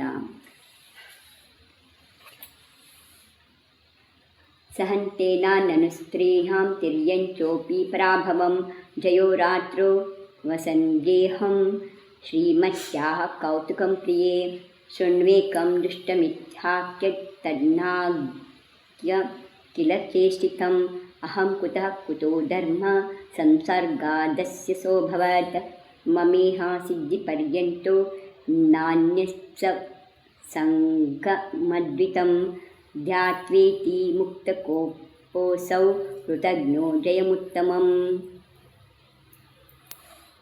ರತ್ನೈಃ ಸಂಪೂಜ್ಯಾಸ್ಯಾಪಿ ಪ್ರಪಂಚಂ ನ ನ್ಯಗದ್ದಸ್ತುರಃ ಸ್ಮರ್ತವ್ಯೋऽಹಂ ಸ್ವಕಾರ್ಯೇಪಿ ತ್ಯುಕ್ತ್ವಾ ಸದ್ಗೃಹಮಾಸದಾತ್ ಜಯೋಪಿ ಚಕ್ರಿಣಾ ಸಾರ್ಧಮಾಕ್ರಮ್ಯ ಕ್ರಮतो ದಿಶಃ ವಿಕ್ರಮೀಕ್ರಮಣಂ ಮುಕ್ತ್ವಾ संयमीमाशमं श्रितः। सच है, पशु भी अपनी स्त्री के तिरस्कार की नहीं सह सकता। ಪಶುಗಳು ಕೂಡ ಅವುಗಳ ಪತ್ನಿನ ಯಾರು ಕೆಣಕಿರು ಅಂತಂದರೆ ಸಹನೆ ಮಾಡಿಕೊಡಲ್ಲ. ಉಸಿ भी क्रोध आता है, ಅದಕ್ಕೂ ಸಿಟ್ಟು ಬರುತ್ತೆ. रात का समय था, रात्रि आई थी और जय अपनी प्रिया लक्ष्मीमती के साथ महल में बातचीत कर रहे थे. ತನ್ನ लक्ष्मीमती ಅನ್ನೋ ರಾಣಿ ಜೊತೆ ಮಾತಾಡ. वे कह रहे थे, प्रिये मैंने आज एक बड़ा कौतुक देखा है. ನಾನು ಇವತ್ತು ಬಹಳ ಒಂದು ಆಶ್ಚರ್ಯವಾದ ಸಂಗತಿ ನೋಡಿದ್ದೀನಿ. उसे सुना, ಅದನ್ನು ಕೇಳು. इतनी बातचीत के बाद उन्होंने उस नागिनी की सारी कथा लक्ष्मीमती को कहा सुनाई. आ नागिनी कथे ना पूरा हेला. जय की बात सुनकर वह देव सोचने लगा कि कहा तो मैं एक पशु था, नानो ಒಂದು ಪಶು ಇದ್ದೆ, और कहा यह धर्म जिसके प्रभाव से देव हो गया. ಅದರ ಧರ್ಮದ ಪ್ರಭಾವದಿಂದ ನಾನು ನಿಮ್ಗೆ ದೇವನಾಗ್ತೆ. यदि विचार से देखा जाए तो कहना होगा कि मोक्ष की सिद्धि तक इस संसार में सत्संग के सिवा कोई दूसरा हितैषी नहीं है. ನಿಜವಾಗಿ ಯೋಚನೆ ಮಾಡಿದರೆ ಸತ್ಸಂಗದಷ್ಟು ಹಿತೈಷಿ ಬೇರೆ ಯಾವುದೂ ಇಲ್ಲ. ಅದೇ ಮೋಕ್ಷದವರೆಗೂ ನಮ್ಮನ್ನು ಕರ್ಕೊಂಡು ಹೋಗುತ್ತೆ. इस विचार के साथ ही क्रोध उसके हृदय से निकल कर भाग गया. ಪೂರಾ ಕತೆ ಕೇಳಿಲ್ಲ. ನೋಡು ಏನಂತ ಕತೆ ಹೇಳ್ದ ನೋಡು. ನಾವು ಇವ್ರ ಹತ್ರ ಹೋಗಿದ್ದೆ, ಕಾಡಲ್ಲಿ ಮುನಿಗಳನ್ನು, ಶೀಲಗುಪ್ತ ಮುನಿಗಳ ಹತ್ರ ಧರ್ಮ ಕೇಳಿದೆ. ಅವಾಗ ನನ್ನ ಜೊತೆ ನಾಗನಾಗಿನಿಗಳು ಕೂತ್ಕೊಂಡು ಕೇಳಿದ್ವು. ಆ ನಾಗ ಸಿಡಿಲು ಹೊಡೆದು ಸತ್ತೋಗಿ ದೇವನಾಗಿ ಹುಟ್ಟಿದ. ಈ ಕಡೆ ಈ ನಾಗಿನಿ ಆ ಕೆಟ್ಟ ಸರ್ಪದ ಜೊತೆಲಿ ಸರಸ ಆಡ್ತಿತ್ತು. ಅದಕ್ಕೆ ಸಿಟ್ಟು ಬಂದು ಅದಕ್ಕೆ ನಾನು ದಂಡನೆ ಮಾಡಿ ಬಂದೆ. ಎಷ್ಟು ವಿಚಿತ್ರ ಇದೆ ಅಲ್ವಾ. ಒಂದು ಸ್ವಲ್ಪ ಆ ಜೀವ ಹೋಯ್ತು ಅಂದರೆ ಮರ್ತೇ ಬಿಡ್ತಾರಲ್ಲ ಸಂಸಾರದಲ್ಲಿ. ಗಂಡನ ನೆನಪನ್ನೇ ಮರ್ತು ಬಿಡ್ತಾರಲ್ಲ.